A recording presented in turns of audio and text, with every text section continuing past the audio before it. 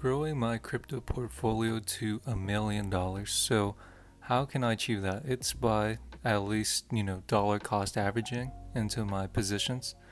And so far, my $4,952 investment into Bitcoin has given me a negative return of 2.07%, which I'm basically down $102 with 42 cents.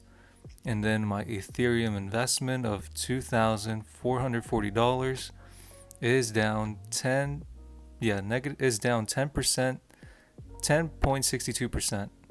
And basically I'm down $259 with 25 cents. And so basically what I've been doing is basically I've been dollar cost averaging. So basically whenever I see the buying opportunity, whether it be in Bitcoin or Ethereum, I usually just buy the dip. And so, how is Bitcoin doing right now, right? So, today on the daily, right, it looks like we're finally above the 9 day moving average. And today, Bitcoin had a 3% move today. And what's next, right? So, I feel like now that Bitcoin is above the 9 day moving average, I feel like the next resistance level that we have to break is the 20-day moving average. And if we break successfully through the 20-day moving average, then we can try and test, you know, if we can break now next, right, the 50-day moving average. Once we break the 50-day moving average, then we can finally surpass the, you know, 180 and 200-day moving average, thus leading to more continuation towards the uptrend for Bitcoin. And yeah, I mean, it's kind of crazy that, you know, Bitcoin was down all of a sudden for like, yeah, I don't know. It's just like September 6th, right? It was down 4%. And to be honest, that day, I honestly thought that, Bitcoin was probably going to reach all the way to 49,000, but I guess not, right? But now moving on to Ethereum, right? Ethereum looks like it's having trouble. Well, today Ethereum had a 1.90% move today, and it looks like it's having trouble breaking the 9 day moving average. It's very stubborn trying to break that 9 day moving average. I feel like we, you know, until we can break the 9 day moving average, then we can see continuation towards the uptrend for Ethereum. But if Ethereum is struggling to break the 9 day moving average, then I personally believe then we can't see a continuation towards the uptrend for Ethereum until we break the 9 day moving average. But right now it's hovering in this $2,300 range, and I feel like that's a nice level of support for now, right?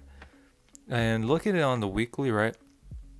It looks like it regained support of maintaining itself above the 200-day moving average.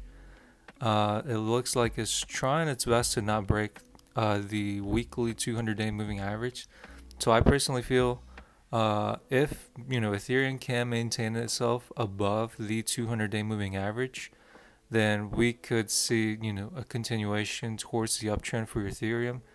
But the next step that Ethereum has to do, right, on the weekly is that we have to break the 180-day moving average.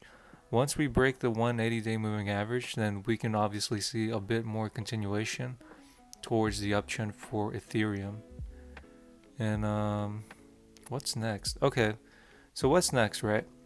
Basically, how did the stock market do today, right? Let's see. Not that. So most of the Magnificent Seven stocks did pretty good today. And so how did SPY do today, right? So on the daily chart, okay, so it looks like SPY is approaching the 50-day moving average. Um, it didn't get rejected by it at all, right? But I feel like oh wait, yeah, I feel like if SPY can break the 50-day moving average, then we can see a little bit more continuation towards the uptrend for SPY. But if SPY does get rejected by the 50-day moving average, whether it be tomorrow, right? Then we could obviously see SPY have trouble breaking, having an uptrend pattern. It would probably see more downtrend if it gets rejected by the 50-day moving average. And so personally, I feel like if SPY does get rejected by the 50-day moving average, I want to see SPY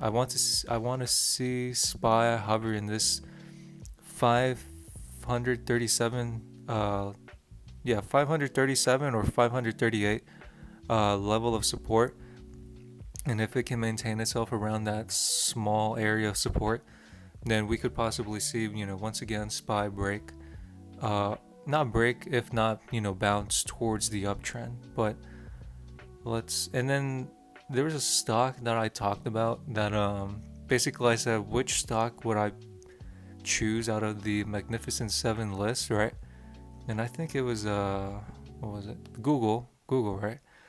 I chose Google, and part of the reason, number one reason, is because I personally feel like it's the most oversold Magnificent Seven stock for now. And well, no, it is. I think it is, right? Yeah, it is. Probably in second place would be Microsoft as the second most oversold stock out of the Magnificent Seven. But I chose Google, and part of the reason I chose Google was because, number one, it's the number one oversold stock out of the Magnificent Seven. The second reason is because I personally feel like Google could have like a crazy day, if not a couple crazy days, towards the uptrend. Because I do remember when I was starting to get into the stock market, I recall a moment where Google was sort of stuck at the bottom out of the Magnificent Seven. Meanwhile, the other Magnificent Seven stocks were doing good, and meanwhile Google was having trouble. And then all of a sudden, the other Magnificent Seven stocks were down tremendously, and then Google was up meanwhile the other Magnificent Seven stocks were down. And so I feel like one of these days, I think Google is just going to have one of those crazy days where, it could just like literally go up, just towards the uptrend. And I don't know when that will be, but I am testing out the strategy where I'm basically buying Google, right? That is in, paper trading. And I highly believe that Google is oversold. Basically, I bought $5,000 worth of Google call options. Basically, I'm trying to test the strategy. Will buy an oversold mega cap stock. Will it give you a return